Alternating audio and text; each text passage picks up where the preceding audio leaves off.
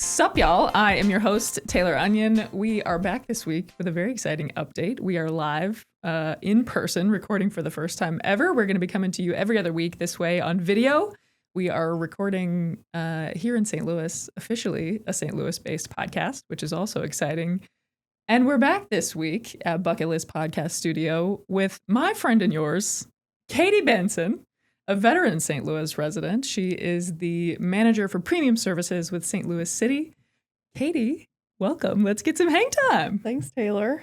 Appreciate you having me. Yeah, I'm very excited to have you as my first in-person guest. This is so fun. So I'm going to date both of us by sharing how long we've known each other, which is since 2009.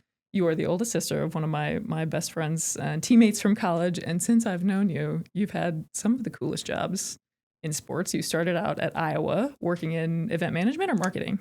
So when I went to University of Iowa, I kind of started in a lot of different fields. My sophomore year, I worked for the football team, showed around the high school football recruits on game days, worked with the coaching staff, things like that. And then my junior and senior year, I worked for the sports marketing office. So I did game operations, promotions, marketing, things like that for both those years. What made you want to do that anyway? Like, what made you want to get into working in sports when you were at Iowa? I knew before then. I went into college, like as I was a junior and senior in high school, knowing I wanted to work in sports. At first, I thought I wanted to be the next Aaron Andrews and do broadcasting. Went and looked at a few different schools in the Midwest, and then decided on Iowa. I knew as soon as I stepped on campus, that's where I wanted to go. So after I got into that and then learned how many classes and papers I would have to write in journalism school, Sure. decided that I didn't think it was for me anymore. Sure. Understandable. But knew I wanted to work in sports and be a part of the football team and basketball and wrestling and all the other exciting sports that they had there. And once you graduated, we were talking a little bit about this offline. This is maybe my favorite job that you've had, which was in my favorite city, New Orleans. You worked for the Hornets before the franchise moved and then became the Pelicans. What was that like, going from being an undergraduate student working in the college setting to then working NBA games? Yeah. So something that was really nice about Iowa in that sports marketing office is I really had a lot of autonomy to like do what I wanted. I wrote the scripts for the games. I came up with promotions for halftimes and timeouts during women's soccer games, and did pregame for, basketball and things like that. So I got to do a lot with my experience there. But moving to New Orleans, I had never been, didn't know anybody there, packed up my car and drove down. And it was, I was 22 and single and just moved down to one of the coolest cities in the country. And, what's so cool about down there is everything is a party, everything's a festival. And, so we got to work every parade, every street fest that they had, everything, and then on top of it, all the NBA games. So I was pretty familiar with a busy schedule and things like that, but it was definitely very exciting to be in a whole new culture that really put it over the edge. Yeah, it was a benefit to us as well. Me and my college roommates were down there for spring break, I think twice. Once when you lived there, and then once after you had moved up to St. Louis and you were back visiting. I had a lot of visitors when I lived there that year, so that was really fun. Understandably so. As you wrapped up that role, which was a seasonal contract role in 2011, it was because of the NBA lockout. Like, I remember there was a time when you thought, maybe this will turn into a full-time role. And then you were like, oh, actually, I'm going to have to find something else. Definitely. So actually, what was exciting in New Orleans at the time, they had one of the best starts that they've ever had. And then we made the playoffs. But the team was being sold. There were talks about taking it out of New Orleans. And so a huge push that we did that year was the I'm In campaign during playoffs. And it was to sell as many tickets as we possibly could to playoff games in order to keep the team in New Orleans. And we were successful in that. And yeah, a couple years later, they changed the name and everything, but we were able to have a really cool ticketing campaign that year. And I was excited at the opportunity of thinking about staying down there and working for them full time. But the lockout did happen after that 2010-2011 season. So I was without a job and not sure what I was going to do. So being as young and kind of not having family and stuff down there, I needed to make a decision and ended up moving back home for a few months. Home and then to St. Louis, where you've been ever since. So you went really from that seasonal job with the then Hornets to WashU. Yes. So moved home probably for 2 months and ended up applying for a job at WashU in their athletic department. So then again, moved to St. Louis, which I had never been, didn't know anybody here, and was able to, that was also a year-long contract position, and did marketing and promotions for all their teams. And they're such a successful D3 school, but unfortunately, a lot of even their own students like aren't super aware of the sports teams that they have. Yeah.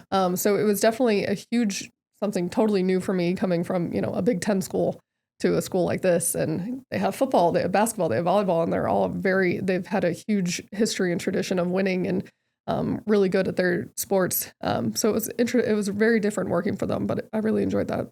I was reading the other day that the volleyball program has a D3 record 10 national championships, which is, I mean, the equivalent is what, Penn State at the D1 level? They don't even have 10. I think they have 6 or 7. So it's a big deal. Yeah. Women's basketball has some record as well. They're all men's basketball. They have some amazing teams. Tennis is really successful. So it was really fun to be able to work there and get to know those coaches so well and try and help put them more on the map here in St. Louis. Yeah.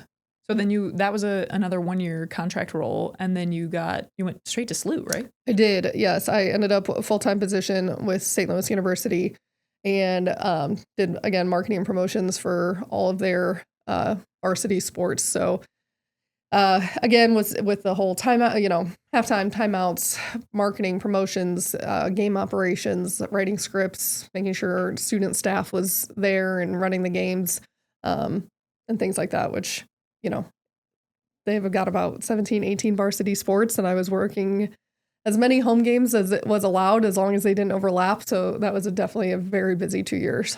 Okay, so most of your experience up to that point was in the college space, aside from your contract stint with the Hornets.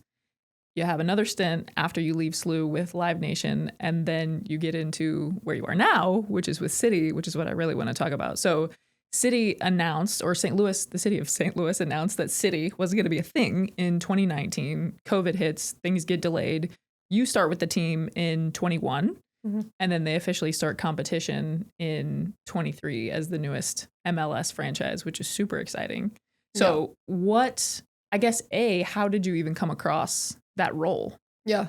I did a lot, all my whole career of Teamwork Online, searching through jobs, things like that. I've always been willing and excited to move at the thought of that. And in St. Louis, I'll be honest, I never thought that I would still be here this long.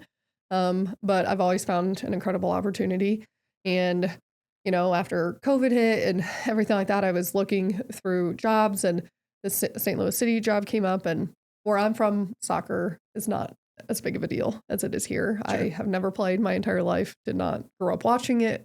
But the kind of the ownership of the team, female majority owned, the only female majority owned, and just that it was like a chance to help start a franchise was really exciting and something I had never done. And so I was really excited at the opportunity and applied, and ended up, I think I was about the 14th or 15th employee hired and the 3rd or 4th girl. So it's been a very long road seeing it go from being a dirt hole in the ground to now what it is. Yeah, an actual stadium with fans, sold out season tickets. I mean, it's like next to impossible to get them. I was so excited obviously your job at Live Nation was fun too, but I was so excited when you got back into sports, just to be a part of a new franchise. I think is so cool. Yeah, I definitely, when I left sports to work for Live Nation, that's when I kind of got into ticketing and premium sales and service, and decided that that's kind of where I wanted my career to head. I loved running a game and everything, and college sports just takes a lot of time, and kind of where I wanted to go in life was a little less being there 24/7, but I wanted to be a part of it still, and I did miss sports. So I got back into this, and I just thought, like I said, the ownership, the family, the Taylor family that owns it, and the female majority, and what they want to do for downtown St. Louis and for the community is just incredible. And just the thought of it's something that a lot of people never get the chance to do, is to start a new organization and be a part of that. So I was really excited about that opportunity. Super cool. Yeah. Let's take a minute to talk about what your role actually is. So to be clear for folks who maybe are outside of working in sports, you're not the person sitting in the teller booth selling tickets on game day.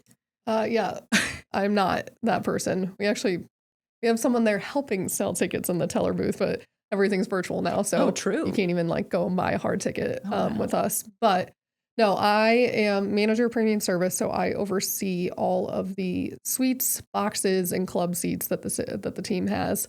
I have 3 staff under me that each kind of take on a club as well, which is great to have their help. But mostly my day-to-day is with like suite holders and box holders with St. Louis City. Are you selling those mostly to individuals, to corporate sponsors, or both? Or what is it? Both. Everybody and anybody? Both. We are mostly sold out, which is, something that we were able to do before the team even started playing, which was incredible. Mm-hmm. They had this incredible deposit campaign back before I even started that just did crazy business and long wait lists and things like that. So the excitement is definitely there. But it's great to be a part, to work with such huge companies in St. Louis that really wanted what the Tayler family want, which is to grow downtown and to, bring community together. But also some individuals that are huge soccer fans and want the same thing. Mm-hmm. What excites you the most about working with City, whether it's right now or when you started or a whole view of it? I think it's the fact that it is new, and that creates some difficulty at times, but it's also really exciting in that we don't have, the traditions that we have to fall back on, or something that we've done for the last 25 years with our fans. We can be creative and really come up with new and exciting ideas, and the ownership and my boss and everyone is pretty open to those ideas because, we want to be the best service team in all the MLS, personally, also in St. Louis. So that's what I strive to do. And I think that's what's so exciting, is that I have a lot of open space to try and do so. I have to imagine that excitement and that opportunity also comes with its own set of challenges, especially being a relatively new franchise. What have you run into as you've kind of started to, sell more stuff, as you reach that point where the suites are sold out, all of those things? Yeah, that's definitely, there's definitely challenges with being sold out. I think probably one of the biggest challenges here in St. Louis is the comparison to the other teams. St. Louis is such a huge sports town, which is great.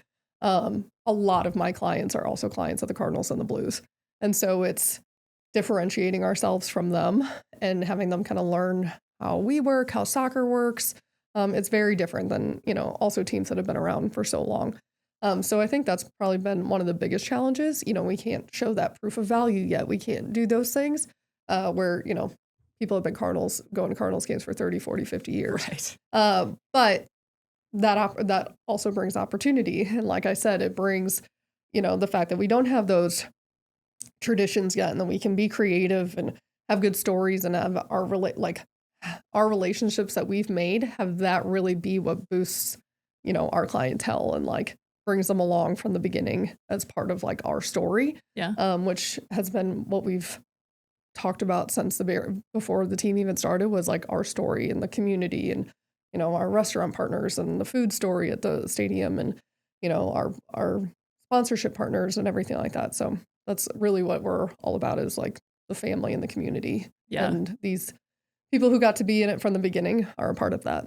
I think one of the things that makes that so obvious to me, in addition to you guys have had so many amazing on-field recognitions of community heroes at so many of your games, but one of the other things that makes the community involvement and focus so obvious to me is the food that's in the stadium. Like, there's so many local Damn Fine Hand Pies is one that I'm thinking of, which is in my neighborhood and also in the stadium, and so many others that are specific to St. Louis that are in there. Yeah, that's what's so exciting. And I give a lot of tours to visiting teams that come and bring clients and everything. And that's something that they're in awe of as well, is that we are almost completely made up of brick and mortar restaurants that are local to St. Louis. And that's who is our food and beverage people. And, you can grab a hot dog if that's what you want. But even like some of our snacks, those are from Wally's, which is a local, gas station and things like that. So everything is everything is local and really wanting to boost that community effort as well. Yeah.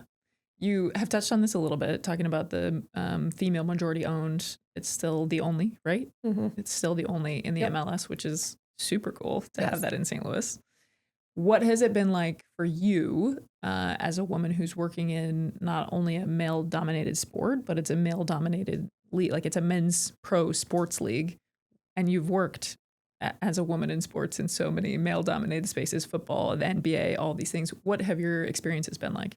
Yeah. I mean, it definitely been very used to, like you said, I've worked in it for so long. I've kind of gotten used to it, but it is so different. Like there are a ton of women that work for our team now. And it's not something that it's just because they're great at their jobs. And it's, between community relations and sponsorship and events and ticketing and everything like that, it's like so great to see other women. And I think it's becoming so much more normalized to have women working in sports, which is wonderful. Carolyn and her family have just been incredible, and they sincerely want the best for St. Louis and want to grow the team and grow the city. And, she's in the office daily, like see her all the time, which is great and something different than you don't always see from some owners of teams. But I definitely feel very, that team and that staff, like you feel like an equal there, which is really cool and not something you can say about every team. Yeah, super cool. I'm going to shift us into our wrap up. So, what advice do you have for other women in sports, or maybe even folks who are just looking to get into premium services in sports? Yeah, I would say for younger kids like looking to get into sports, being open to picking up and moving is huge. I think the more that you're open to things, the more your career is just going to blossom. I know not everyone can do that, but if you're able to, definitely do that as much as you can. And remember that it's not always glamorous. It sounds really cool, and I've gotten to do some very cool things and be around some very, cool athletes and people and stuff, but being willing to roll 1,000 posters and hand out schedule cards and throw out t-shirts and things like that. That's just something, as long as you're willing and able to do things like that, to take advantage of anything that you can and get involved as many ways as possible to kind of learn all of it, because you're going to need all of it for most different roles. I was going to say, we could probably do a whole separate podcast about other duties as assigned in sports. Oh, yeah. I'm trying to think of the craziest one that I'm pretty proud that I can roll a t-shirt without using a rubber band to keep it together. Oh, wow. Very well. That's impressive. Yeah. I don't think I've ever even seen that in all the years that I've known you. Yeah, we had to do a lot of that at Iowa. Sure. Those cheerleaders got to be able to throw them out and not have them unroll when they throw them. This is true. My random other duty as assigned is probably assembling basketball hoops when I was working in student athlete development at the University of South Florida for some community event that we had. You just never know what you're going to get into. You never know. You got to be ready for anything. That's right. So that's right. All right, Katy, if you could get some hang time with any woman in sports, who would it be and why? I'll be honest, I think this might be a very common answer these days, but I'd probably have to go with Caitlin Clark. Would love to talk about her time in Iowa City. Sure. I think what she's doing for, young girls and everything in sports is just incredible. So she just seems like a badass. Yeah. So I'd love to get some time with her and maybe head up an Iowa City bar. There you go.